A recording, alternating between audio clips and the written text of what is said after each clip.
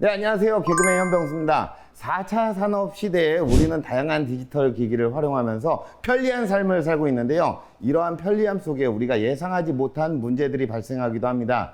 자, 우리 아이들이 보다 안전하고 안심할 수 있는 디지털 세상을 만들기 위해 KT, 이화여대, 교육청, 법률기관, 그리고 의료기관이 함께 디지털 안전, 공존, 책임, 이 세 가지 주제로 교육과정을 개발하였습니다. 자, 오늘은 디지털 안전과 관련해서 디지털 기기 과몰입, 개인정보 유출, 사이버 폭력에 대한 이야기를 나눠보도록 하겠습니다. 함께 해주신 우리 전문가 두 분을 소개하도록 하겠습니다. 안녕하세요. 반갑습니다. 네, 안녕하세요. 디지털 시민교육을 함께 이끌어갈 정재영입니다. 저는 이화여대 교육학과 교수고요. 네. 미래교육연구소장을 맡고 있습니다. 아, 대단하십니다. 오늘 대단하고 전문적이신 한 분을 또 모셨고요. 또 인사 부탁드릴게요. 네, 안녕하세요. 반갑습니다. 저는 이은경이라고 하고요. 초등교사로 15년간 재직했었고요. 지금은 학교를 나와서 슬기로운 초등생활이라고 하는 유튜브를 운영하면서 책을 쓰고 강연을 하면서 전국에 계신 초등학부모님들과 소통하고 있습니다. 반갑습니다.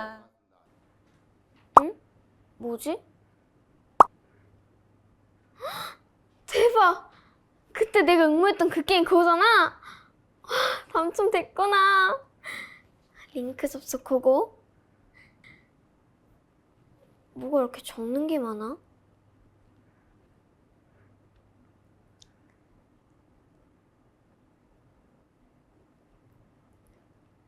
응?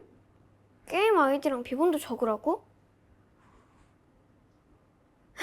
게임만이 여기로 보내주려나 보다. 완료! 와, 대박. 완전 좋아. 애들한테 자랑해야지. 어? 이게 뭐지? 설마 개인정보 유출됐나? 이게 뭐야? 접속이 안 되잖아. 다 망했어. 나 이제 어떡해? 아, 또 저희가 이제 이 사례 영상을 또 만나보고 왔는데요. 아, 우리 친구가 이제 아무래도 개인정보가 이게 유출돼 버린 정말 그런 안타까운 상황인 것 같아요. 주위에 또 어떤 그 비슷한 사례가 있으실까요? 네, 제가 겪었던 저 가까운 지인분의 딸 사례인데요. 주변 분들이 경험이 많으시네요. 네. 아무래도 저는 늘 사례가 궁금하니까 네. 네, 많이 수집을 하고 기억을 하는 편인데요. 6학년 딸이고요. 인스타그램을 시작을 했죠. 요즘 뭐 초등 고학년 정도 되면 누구나 다 인스타그램을 계정을 가지고 뿐만 있을 아니라 뭐 정도인데 SNS 많이 네. 하잖아요. 그런데 이게 카카오톡과 인스타그램의 가장 큰 차이가 카카오톡은 지인들과 나누는 소셜 미디어고 인스타그램은 불특정 다수에게 노출이 되고 모르는 사람과 소통을 하게 되잖아요. 그렇죠. 그러다 보니까 너무 친절한 분과 DM을 하게 된 거죠. 친절하니까 마음이 활짝 열리면서 부모님이 어디에 근무하시는지 언니는 어느 학교에 다니는지 이런 등등의 개인정보를 막 유출을 하기 시작을 하면서 다행스럽게도 정말 이렇게 법적인 문제까지 가지는 않았으나 위험할 수도 있었던 상황들을 만나고 굉장히 걱정했던 사례가 있었습니다. 아, 예. 사실 그 학부모님들도 이제 아이에게 어쨌든 이게 뭐 초등학생부터 그 정도 되면 이제 스마트폰 다 사주잖아요. 사줄 때 이 개인정보 유출 관련해서 굉장히 또 고민도 많이 하고 생각도 많이 또 드셨을 거라고 생각을 해요. 이 개인정보 유출 우리 교수님께서는 어떻게 하면 좋은지 한번 좀 얘기를 좀 부탁드립니다. 네, 개인정보 유출 이거 정말 최근 굉장히 심각합니다. 청소년이나 어린이들뿐만 아니라 성인들도 사이트에서 어떤 활동을 할 때 인터넷에서 경품을 준다. 그러면 땡기죠. 네, 확 솔깃하죠. 전화번호, 이름 막 다 집어넣게 돼 있거든요. 그럴 때 너무 이렇게 좋은 게 나한테 올 것 같다. 그럴 때는 항상 의심을 해야 됩니다. 그렇죠. 의심을 한번 해봐야 세상에 공짜는 없거든요. 그래서 이런 뭔가 개인정보 유출에 대한 위험성이 있다. 이런 걸 굉장히 유의하셔야 될 것 같고요.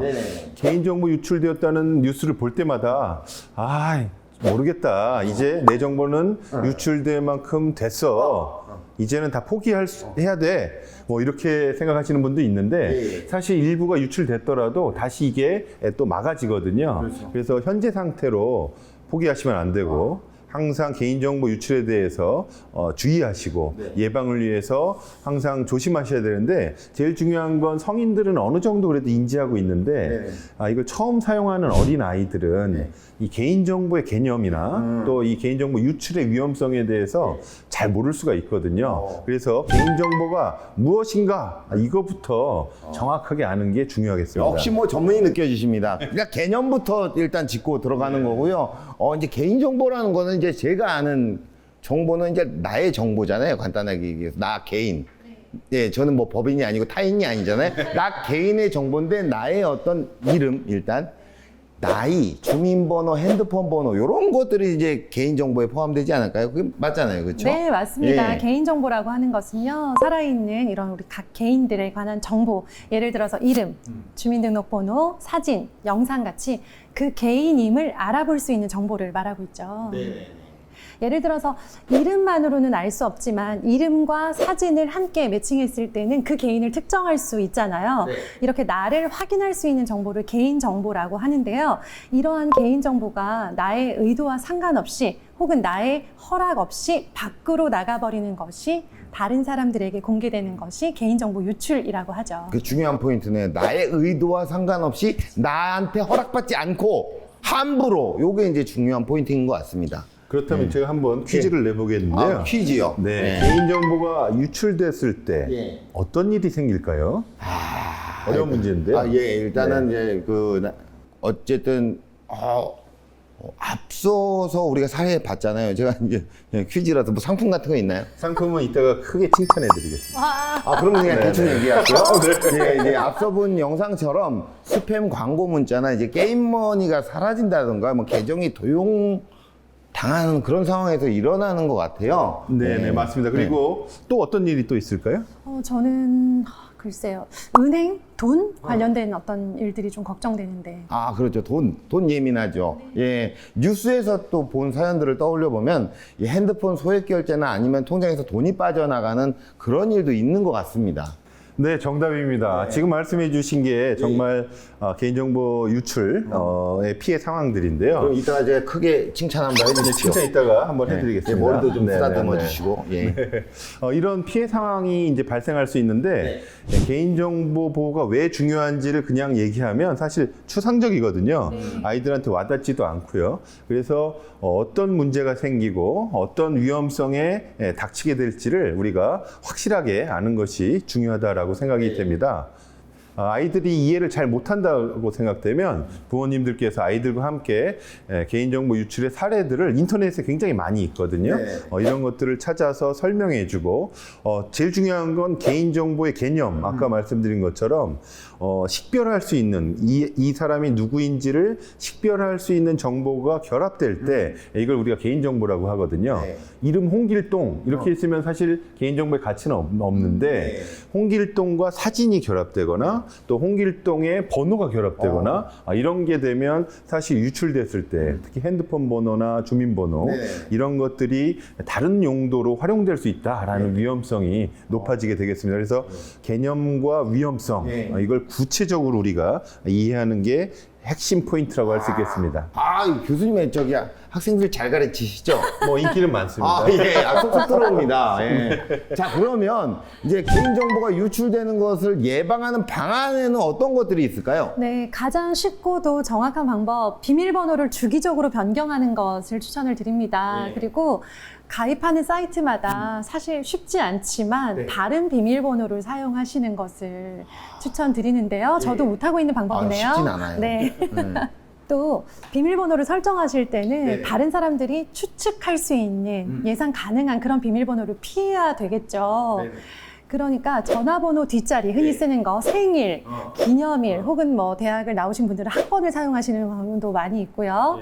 자, 이렇게 할 경우에는 상대적으로 개인정보 유출에 더 잘 노출이 될 수밖에 없고요. 청소년이나 어린이 같은 경우에는요, 이런 자신의 개인정보를 친구들에게 아무렇지 않게, 그러니까 뭐 친구들 사이에 생일을 알려주거나 전화번호를 알려주는 게 이상하거나 어색한 상황이 아니기 때문에 그렇죠. 이런 것들이 너무 쉽게 유출될 가능성이 있다라는 것. 예, 생일 전화번호 뒷자리 1234 2580도 지금 찔끔하시는 분들도 덜어 있을 거예요. 예.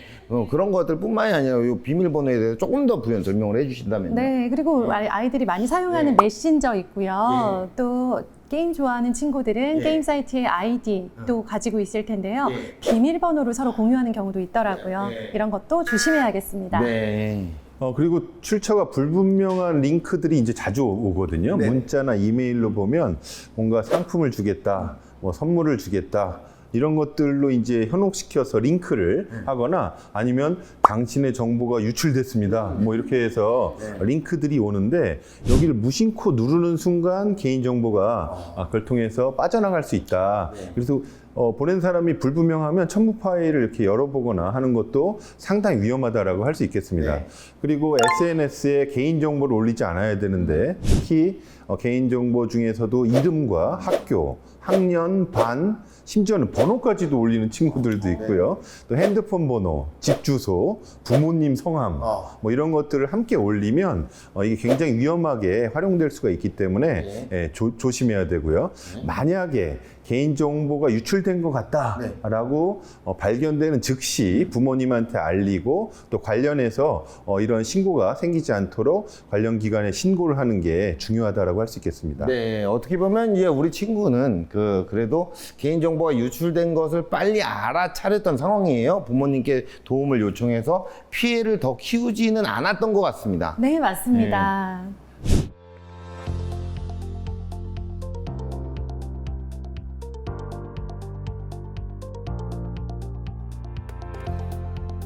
디지털 시민 원팀에서는 초등학교 고학년 대상의 디지털 시민 탐험대 프로그램을 개발하였습니다. 전 세계적으로 일어나고 있는 디지털 전환은 고도화된 디지털 기술 발달이 다양한 분야를 급격하게 변화시키는 현상을 의미합니다.